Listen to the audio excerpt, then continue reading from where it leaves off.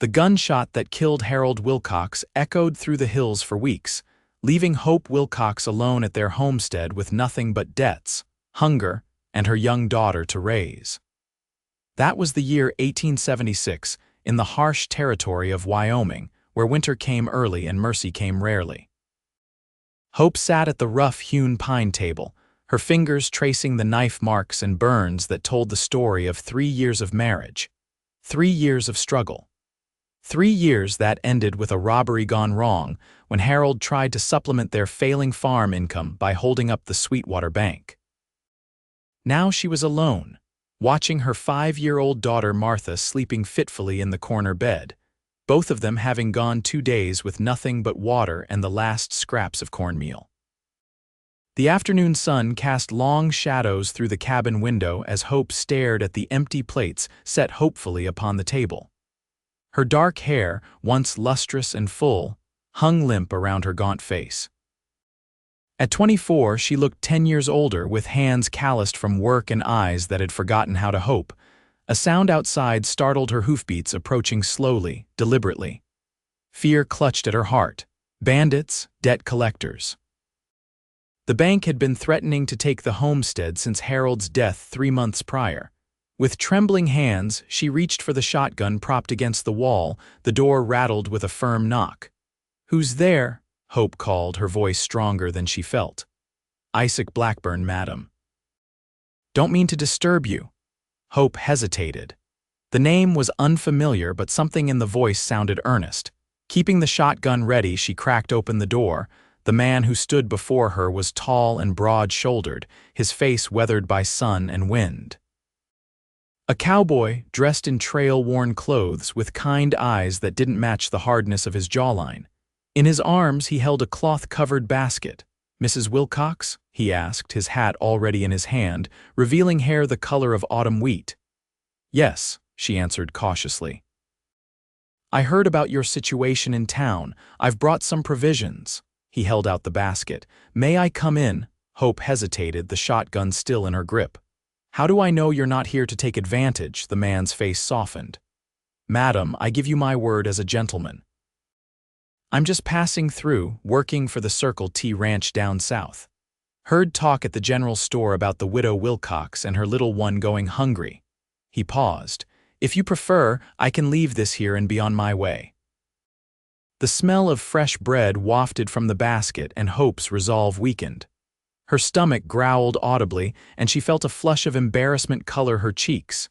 "You can come in," she said finally, lowering the shotgun, "but I've got nothing to pay you with." Isaac Blackburn stepped inside, ducking his head beneath the low doorframe. "I'm not looking for payment, Mrs. Wilcox." Hope watched as he placed the basket on the table and carefully unwrapped it. Inside was a loaf of bread still warm from the oven, a small crock of butter, dried beef, apples, and a jar of preserves. It was a king's feast to her hungry eyes. "Mr. Blackburn, this is too much," she whispered, tears threatening to spill. "It's nothing, madam, and please call me Isaac." His eyes drifted to the sleeping child. "Is that your daughter?" Hope nodded. "Martha, she's 5. She hesitated, then added, "She hasn't eaten properly in days." Isaac's expression darkened. "That won't do, not at all." He reached into his pocket and pulled out a small cloth bag. "This isn't charity, Mrs. Wilcox, it's neighborly." When he emptied the bag onto the table, Hope gasped. Inside were coins enough to keep them fed for weeks. "I can't accept this," she protested. "You can and you will," Isaac said firmly, "for the little one if not for yourself."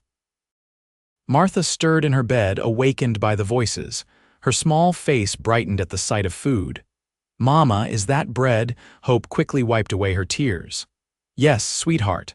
A kind man brought us supper." As they ate, Hope learned that Isaac Blackburn was 32 years old, born in Missouri, and had been working cattle drives for 15 years. He was passing through on his way to Colorado, where the Circle T had business with another ranch. There was something in the way he spoke, measured, thoughtful, that made Hope believe every word. "Why help us?" she asked finally as Martha happily munched on an apple, her first fresh fruit in months. Isaac looked at her across the table, his blue eyes serious. My mother was widowed young. 5 children and a farm she couldn't manage alone. If not for the kindness of strangers, we wouldn't have survived." He paused. "I promised her I'd never ride past someone in need." Hope felt something stir within her, something beyond gratitude, something she thought had died with Harold. Before she could examine the feeling, Isaac rose from the table. "I should be going. It'll be dark soon." "Where will you stay tonight?" Hope asked, surprising herself with the question. Isaac smiled. "Under the stars, madam. I've got my bedroll." Hope glanced outside at the darkening sky. "There's a storm coming. You could. There's the barn. It's not much, but it's shelter." It was forward of her to offer, and they both knew it. A widow inviting a strange man to stay on her property could damage what little reputation she had left. But something about Isaac Blackburn made her trust him. "I'd be grateful for the barn, Mrs. Wilcox." "Hope," she said softly. "My name is Hope." That night, as rain pounded the roof of the cabin, Hope lay awake, thinking about the cowboy sleeping in her barn. It had been so long since anyone had shown her kindness without expecting something in return. Harold, for all his faults, had been dead 3 months, and the neighbors who'd brought food and condolences in the beginning had slowly drifted away, leaving her to fend for herself. Morning brought clear skies and the smell of coffee. Hope opened her door to find Isaac tending a small fire outside, a pot of coffee bubbling. "Hope I didn't overstep," he said, noticing her surprise. "Figured you could use a hot cup before I head out." Over coffee, Isaac asked about the farm. Hope told him the truth, that it was failing, that she couldn't manage it alone, that the bank was threatening foreclosure. "I can stay a few days," he offered. "Help you get some things in order before I move on." She should have refused. Pride demanded it. But Martha needed food and Hope needed help. "I'd be grateful," she said finally. A few days turned into a week. Isaac repaired the leaking roof, fixed the broken wagon wheel, and chopped enough firewood to last a month. He showed Hope how to set traps for rabbits and taught Martha to identify edible plants. In the evenings, they sat by the fire, and Isaac told stories of his travels across the West. "You've seen so much," Hope marveled one night after Martha had gone to sleep. "Too much sometimes," Isaac admitted. "A man gets tired of having no place to call his own." Their eyes met across the firelight, and Hope felt that strange stirring again. Quickly, she looked away. "I should turn in," she said, rising from her chair. "Hope," Isaac's voice stopped her. "I've been thinking, the bank's going to take this place unless you can make the payments." She nodded, the familiar knot of anxiety tightening in her stomach. "I've saved a fair bit over the years, enough to clear your debt." Hope stared at him, shocked. "I can't let you do that." "It's not charity," he insisted. "It's an investment. This land has good water, good grazing. With work, it could be a fine cattle operation." "Are you proposing a business arrangement, Mr. Blackburn?" Hope asked, her voice carefully neutral. Isaac looked uncomfortable for the first time since she'd met him. "I suppose I am. A partnership of sorts." Hope considered his words. A partnership with a man she barely knew yet trusted more than anyone she'd met in years. "I'll think on it," she said finally. That night, sleep eluded her again. A partnership with Isaac Blackburn would save the farm, give Martha a chance at a better life. But what kind of partnership was he suggesting? Business only, or something more? The question was answered the next morning when Hope found Isaac outside, saddling his horse. "You're leaving?" she asked, unable to hide her disappointment. "Just for a few days," he explained. "Need to speak with my boss at the Circle T, settle my affairs there. Then if you'll have me, I'd like to come back." Hope's heart hammered in her chest. "For the partnership?" Isaac stepped closer, his eyes intent on hers. "Hope, I've known you just over a week, but in that time I've come to admire you more than any woman I've ever met." He took a deep breath. "When I return, I'd like to bring 2 things: papers to clear your debt with the bank and a ring, if you'll consider wearing it." The boldness of his declaration left her speechless. This wasn't how things were done. People courted, took their time, especially widows with children. But life on the frontier had its own rules. "Isaac, I don't answer now," he said quickly. Think about it while I'm gone. If your answer is no, I'll understand. I'll still help you with the farm, still honor our partnership. No strings." Before she could respond, he mounted his horse and tipped his hat. "I'll be back in 3 days' time." Hope watched him ride away, her thoughts in turmoil. Could she love again? Did she even know what love was? Her marriage to Harold had been one of convenience, arranged by her father to settle a debt. There had been fondness between them, even moments of passion, but not the deep connection she sensed might be possible with Isaac. 3 days stretched into a week. Hope tried not to worry, tried to tell herself that travel was unpredictable, that Isaac might have been delayed. But as each day passed without his return, doubt crept in. Had she misunderstood his intentions? Had he simply moved on, forgetting his promises? On the 8th day, when Hope had nearly given up hope, Martha's excited shout brought her running to the door. "Mama, riders coming!" Hope's heart leapt at the sight of Isaac's familiar figure, but it quickly plummeted when she realized he wasn't alone. 3 other men rode with him, all wearing the Circle T brand. Isaac dismounted first, his face grim. "Hope," he said, his voice tight, "these men are from the bank. There's been a complication." The man who appeared to be in charge stepped forward. "Mrs. Wilcox, I'm Theodore Jenkins, president of Sweetwater Bank. I understand you've been harboring a fugitive." Hope's eyes flew to Isaac's face. "What?" Jenkins continued.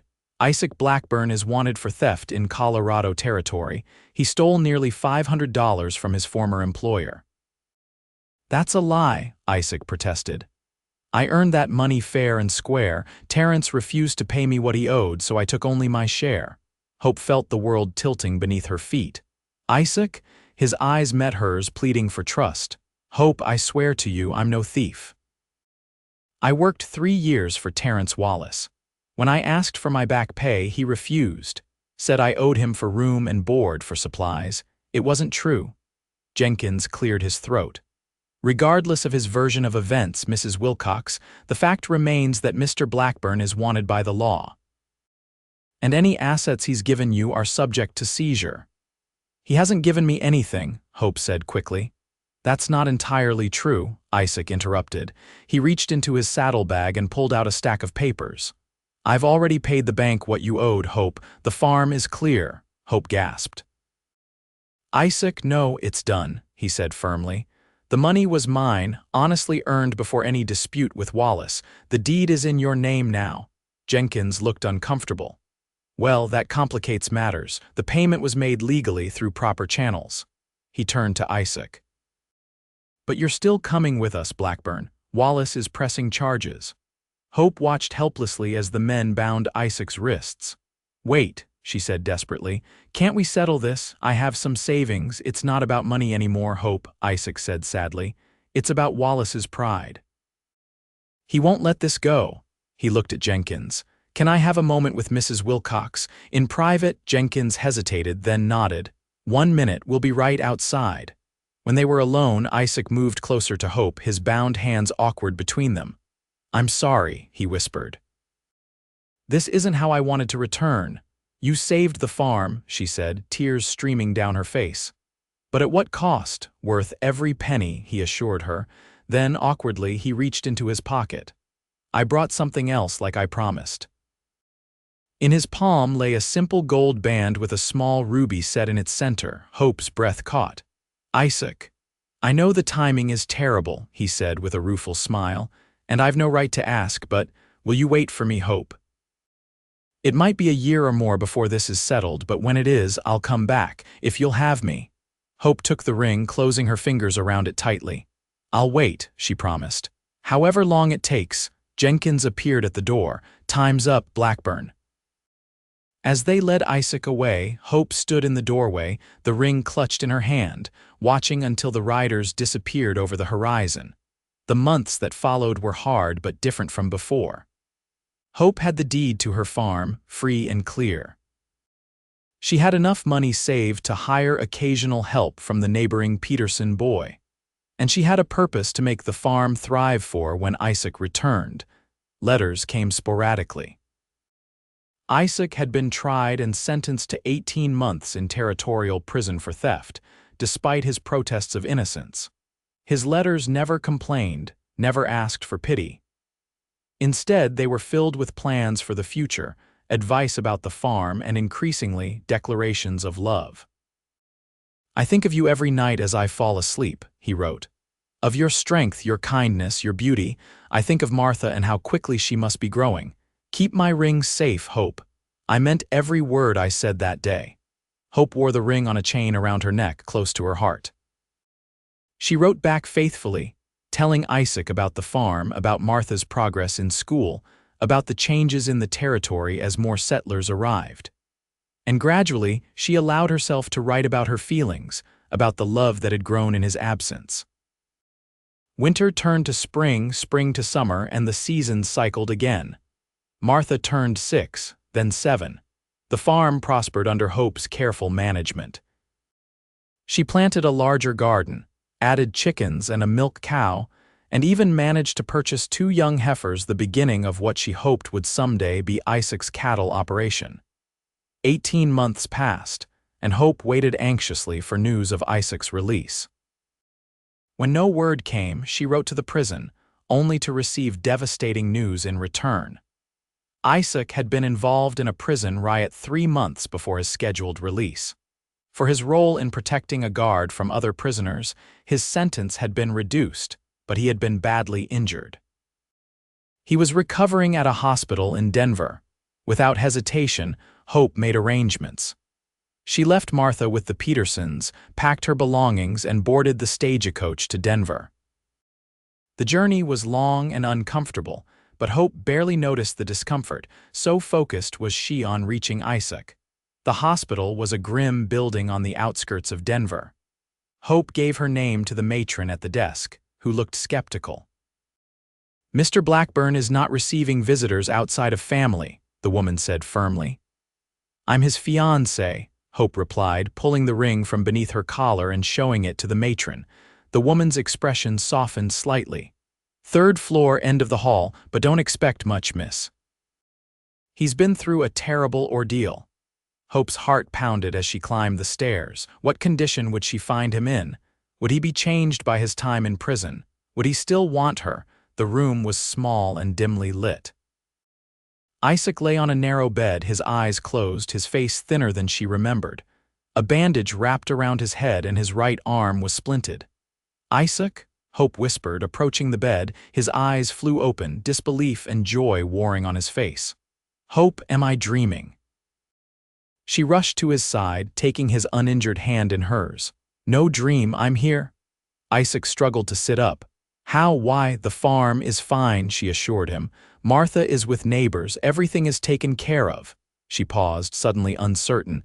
"I had to come when I heard you were hurt." "I couldn't wait any longer." Isaac's eyes filled with tears. "I thought about you every day, every hour. It kept me going." Hope leaned forward and for the first time pressed her lips to his. It was a gentle kiss, mindful of his injuries, but it held all the longing of the months they'd been apart. When they parted, Isaac reached up with his good hand to touch her face. "You're really here," he marveled, "and you're even more beautiful than I remembered. When can you leave?" Hope asked. "The doctor, tomorrow if I want," Isaac replied. "I've been cleared for release. I was just trying to figure out where to go. I can't exactly go back to the Circle T, and Terrence Wallace has made sure I'm not welcome in most of Colorado." Hope squeezed his hand. "Come home with me." "To Wyoming, but the gossips will be married first," Hope said decisively. "There's a church right here in Denver. I saw it on my way from the station." Isaac's eyes widened. "Hope Wilcox, are you proposing to me?" She laughed, a sound of pure joy. "I believe you already proposed to me, Mr. Blackburn. I'm just accepting."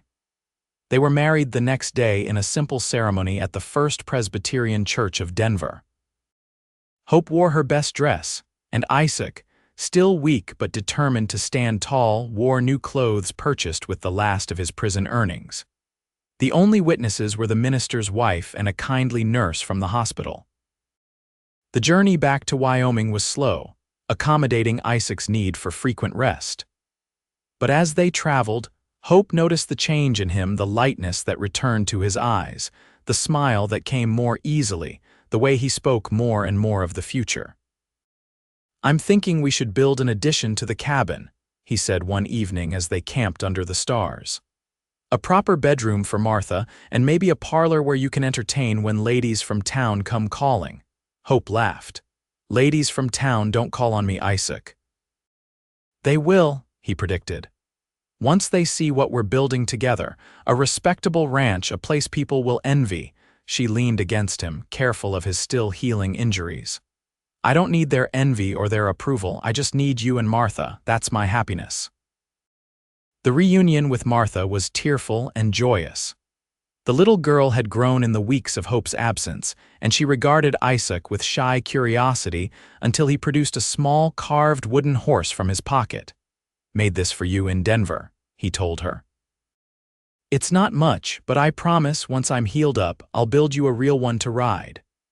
Martha's face lit up, and she threw her arms around Isaac's waist, making him wince but smile through the pain. The Petersons welcomed Isaac with cautious warmth, having heard the story of his imprisonment. Mrs. Peterson pulled Hope aside as the men talked. "Are you sure about this, Hope, a man with a prison record?" "I've never been more sure of anything," Hope replied firmly. "Isaac is a good man who was wronged. Anyone who can't see that isn't welcome in our home." Word spread quickly through the small community about Hope's marriage and Isaac's past. Some neighbors stopped speaking to them altogether. Others, like the Petersons, maintained a cautious friendship. A few, who had their own reasons to distrust banks and the law, became staunch allies. As spring turned to summer, Isaac regained his strength. True to his word, he built an addition to the cabin, working from dawn until dusk despite Hope's protests that he was pushing himself too hard. "I've got years to make up for," he told her one evening as they sat on the porch watching the sunset. "Years I should have been here building our life." Hope leaned her head on his shoulder. "We have all the time in the world now." But the happiness they'd found was threatened when Terrence Wallace arrived in town that fall.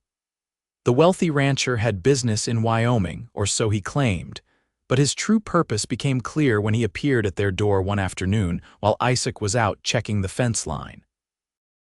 "Mrs. Blackburn," he said, removing his hat with exaggerated politeness. "Or do you still go by Wilcox?" "Blackburn," Hope said firmly, keeping her body positioned to block Martha from the man's view. "My husband isn't here." "That's probably for the best," Wallace replied.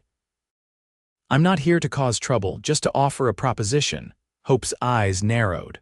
"What kind of proposition?" "I'm expanding my operation into Wyoming, looking to buy up some smaller properties." He gestured to the land around them. "Your place would suit me fine.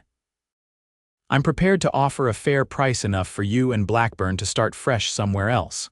Somewhere people don't know his history." "This is our home," Hope said coldly. "It's not for sale." Wallace's friendly demeanor slipped. "Don't be hasty, Mrs. Blackburn. A man with Isaac's record will never be fully accepted here. There will always be talk, always be suspicion. Is that the life you want for your daughter?" Before Hope could respond, Isaac's voice came from behind Wallace. "I think that's for my wife to decide, Terrence."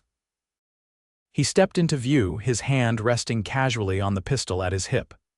"You're trespassing." Wallace turned slowly. "Blackburn, prison seems to have agreed with you. Can't say the same about your company," Isaac replied evenly. "State your business and go." Wallace smiled thinly. "Already did. Offered your wife a fair price for this place." "Not for sale," Isaac said. "Not to you, not to anyone." "Think about it," Wallace insisted. "I'll be in town for a week." He replaced his hat. "A week from now, my offer might not be so generous." After Wallace left, Isaac paced the cabin like a caged animal. "He's up to something," he muttered. "Terrence doesn't make offers out of generosity." "Could he cause more legal trouble for you?" Hope asked, fear clutching at her heart. Isaac shook his head. "I served my time." "He can't touch me legally." He paused. "But he has money and influence. He could make life difficult in other ways." For the next few days, Isaac was on edge, jumping at every sound, insisting that Hope and Martha stay close to the house. His fears proved justified when they awoke one morning to find two of their cows slaughtered in the field, their throats cut. "Wallace," Isaac growled, surveying the gruesome scene. "This is his way of sending a message." Hope clutched his arm. "Isaac, maybe we should consider his offer. We could start over somewhere else, and let him win, drive us from our home." Isaac shook his head vehemently. "No, Hope, I won't run again, not from him, not from anyone." That night, Isaac loaded his rifle and prepared to stand watch. "Go to bed," he told Hope. "I'll wake you in a few hours to take your turn." Hope settled Martha in bed, then returned to Isaac's side. "We need help," she said quietly. "We can't fight Wallace alone."